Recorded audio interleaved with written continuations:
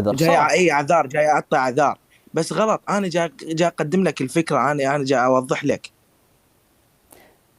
ما زلت أنا أرى أنه المنتخب العماني فقد حقه في أن الجمهور يحضر، وهذا تأثير كبير جدا، والكلام اللي أنت قاعد زين، تقوله. وقف.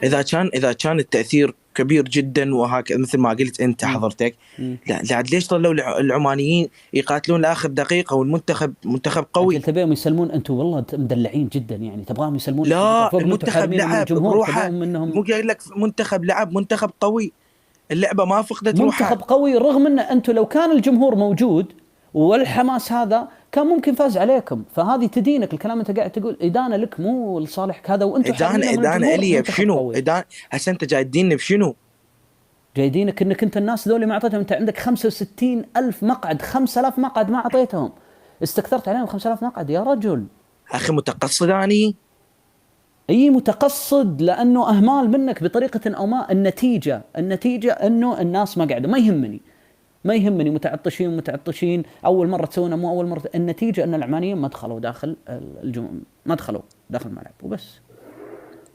هذا هو يعني، هاي هي النقطه على البطوله كلها. انا لازم اقفل معك القسط. اختم القسط تبعك وقول اللي تبغاه عشان ما تقول لي انا نزلتك. لا لا، هذا هو. انا قدمت اللي كلامي، وحضرتك ما تقبلته. شكرا لك، ما تقبلته لأنه مجرد يعني أعذار وهمية، ومجرد أعذار. يعني أنه المنتخب العماني لو أعطينا فرضيات ومثل أنت ما أنت قاعد تفترض، لو المنتخب العماني فاز أنا ما أضمن سلامة المنتخب العماني، ما أضمن سلامته. مو أنت تقول أعذار، مو أنت تقول أول مرة نستضيف وأول مرة نسوي وأول مرة نفعل هذا. طيب معناته في خلل تنظيمي. لو فاز المنتخب العماني الجمهور العراقي راح يهجم، راح يضرب العمانيين، وممكن يقتلهم، يقتل الحكم ويتعرض الحكم. تبي تجي وتقول لي والله اعذرونا مشان الله، يعني هاي اول مره احنا نعمل بيها البطوله وما ادري بيصير زي كذا. هذه حجتك بتكون، هذا الجستيفيكيشن، هذا المبرر تبعك. انا بقفل البث من هنا وبفتح البث في الانستا. تعالوا لي الانستا.